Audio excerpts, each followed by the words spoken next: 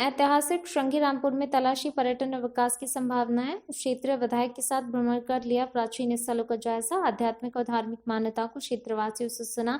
सिंधिया राज परिवार में श्रृंगीरामपुर की विशेष मान्यता। विकास के लिए पर्यटन विभाग देगा 50 लाख रुपए। राज परिवार की ओर से बनवाए गए मंदिर और गंगा तट भगवान राम के जन्म से भी संबंधित है। श्रृंगीरामपुर का इतिहास त्रेताकालीन युग में अयोध्या के राजा दशरथ के यहाँ पुत्रेष्टि यज्ञ कराने वाले श्रृंगी ऋषि की जन्मभूमि श्रृंगीरामपुर आज भी जिले की धरोहर के रूप में विकासखंड कमलागंज के एक क्षेत्र में स्थापित है।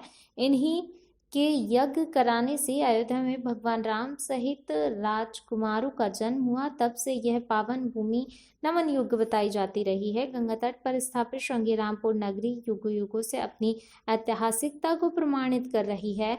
पिछले दिनों क्षेत्रीय विधायक नागेंद्र सिंह ने यहां ऐतिहासिक और आध्यात्मिक विकास के लिए विधानसभा में सवाल उठाया।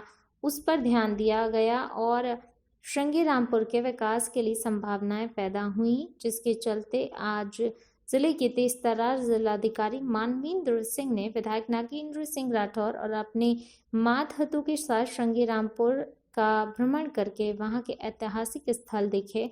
इसके साथ इस क्षेत्र के आध्यात्मिक, धार्मिक और पर्यटन संबंधित विकास की संभावनाएं भी तलाशी।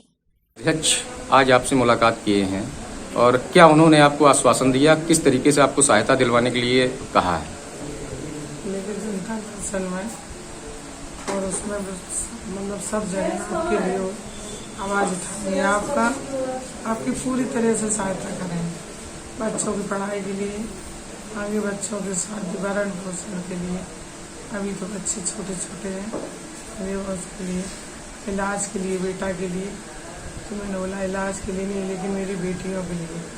और ये बच्चों को बोले नहीं, मैं अभी मतलब अपने उसमें सर्विस नहीं दिला सकती, जो अपने कार्यकाल में जो मेरा वो आएगा मैं सर्विस, लेकिन आपकी सर्विस के लिए मैं आवाज़ उठाऊंगी। आपकी अपराधियों को सजा दिलवाने के लिए उन्होंने क्या आश्वासन दिया?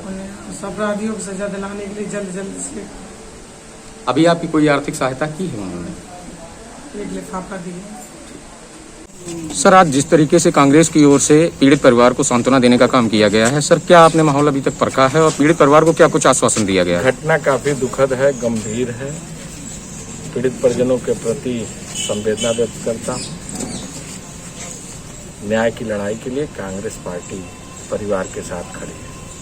उत्तर प्रदेश में हत्याओं का दौर चल रहा है, किसी भी व्यक्ति का जान सुरक्षित नहीं है। जिस तरह एक सामान्य परिवार के व्यक्ति श्री मनोज दुबे LIC के एजेंट थे, जैसा कि परिजनों के द्वारा और यहाँ के लोगों के द्वारा बताया जा रहा है कि उनकी हत्या की। लगातार सरकार की मशीनरी गुमराह करने पर लगी हुई है। 5 दिन हो गए थे, सोमवार को गायब हुए। परिजनों ने एप्लीकेशन दिया, जहां अधिकारियों को संज्ञान लेना चाहिए था, खोजबीन करना चाहिए था, सर्विस लांच पर लगाकर उसकी पूरी कार्रवाई करनी चाहिए थी। पूरी तरह लगातार पुलिस और सरकार की मशीनरी की लापरवाही सामने आई है। सर, पार्टी की ओर से क्या कुछ आश्वासन दिया गया परिवार को? इस लड़ाई को कांग्रेस पार्टी मजबूती के साथ लड़ेगी, सड़क पर भी लड़ेगी, सदन में भी लड़ेगी। कुछ आर्थिक मदद हम सब लोगों ने उनका किया है। हमारी मांग होगी कि अविलंब सरकार कम से कम 25 लाख रुपए अनुदान के तौर पर दे, चूंकि वह व्यक्ति अकेला ही इस पूरे परिवार का सहारा था। परिजन के घर वालों को एक सरकारी नौकरी मिले। कांग्रेस पार्टी की यह मांग है। पूरी तरह उत्तर प्रदेश अपराधियों का चारागाह बना है, जंगल राज में तब्दील हो चुका है। अपराधी बेलगाम है, रोज हत्याएं हो रही हैं। अगर केवल अगस्त महीने में देखेंगे 124 हत्याएं अब तक हो चुकी हैं। 2 दिन में लगभग 13 से अधिक हत्याएं हो चुकी हैं। और जिस तरह की यह घटना हुई है, निश्चित रूप से पूरे उत्तर प्रदेश के लोगों को झकझोर के रखने का काम किया है।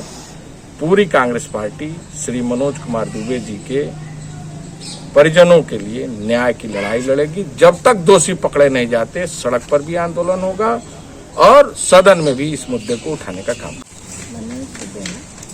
मैम आज आप पीड़ित परिवार से मिली हैं, क्या कुछ आपने माहौल को परखा है और क्या कुछ सांत्वना दी है परिवार को? देखिए, जिस तरह से श्री मनोज दुबे जी की 4 दिन तक उनकी गुमशुदगी की रिपोर्ट पुलिस ने नहीं लिखी, कोई कार्रवाई नहीं की, उसके बाद अंत में 5वें दिन उनकी डेड बॉडी संदिग्ध परिस्थितियों में रेलवे ट्रैक पे मिलती है।